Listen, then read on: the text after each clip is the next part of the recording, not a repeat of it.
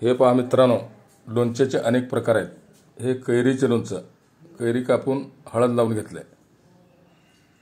तर त्यानंतर त्याला मसाला लावून एका टोपलीत भरलेला आहे, कढईमध्ये भरलेला आहे बघा त्यानंतर हे लिंबूचं लोणचं, लिंबू कापून त्याला हळद मीठ लावून एका परातीत ठेवलं आहे. लिंबूचं लोणचं, हे लिंबूचं लोणचं आहे बघा. लिंबूचं लोणचं पाहताय तुम्ही. ह्यात हिरव्या मिरच्या टाकायच्या म्हणजे ते चवीला लागतं. लिंबूचं लोणच्यामध्ये ना कापता हिरव्या मिरच्या टाकायच्या. त्यानंतर आता तिसरं बघा, ढकल लिंबू. यापूर्वी तुम्हाला प्रोसिजर दाखवलं तुम्ही. आता प्रोसिजर पूर्ण झाले, आम्ही बाहेर काढलेलं आहे. आता हे ढकल लिंबू सरत नाही म्हणून असे बारीक फोडी करायच्या.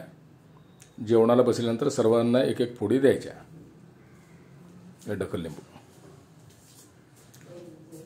त्यानंतर आहे बघा, आता ढकल लिंबू नंतर हे दुर्मिळातलं दुर्मिळ आहे. शहरी भागातल्या लोकांना तर माहीतच नाही याचं नावसुद्धा. ह्याला म्हणायचं शेंदण्या. चवीला कडू असतं, हे फार कडू असतं. ज्वारीच्या पिकात येते. हे कापून घेतलं आहे बघा, कापून परातीत भरून ठेवलं आहे. आणि आता अर्जंट आपल्याला खायचं आहे.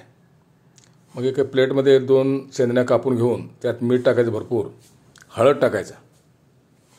हळद टाकायचा मग ते टाकल्यानंतर हातानं असं काढून घ्यायचं. मग लगेच जेवणाबरोबर खायला सुरू करायचं.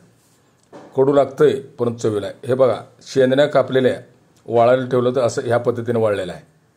हे काय करायचं, एका बरणीमध्ये भरून ठेवायचं. बरणीमध्ये भरून ठेवायचं. ऑफ सीझनला थोडे आपल्या लागेल तेवढे घ्यायचं. तव्यामध्ये तेल टाकून परतून घ्यायचं. म्हणजे आपण आजारी जरी असलो, तोंडाला चव नसेल, ह्याच्यामुळं चव येते. आजारी माणसाला सुद्धा तोंडाला चव येते. कृपया आपण या व्हिडिओ आवडल्यास सबस्क्राईब करा.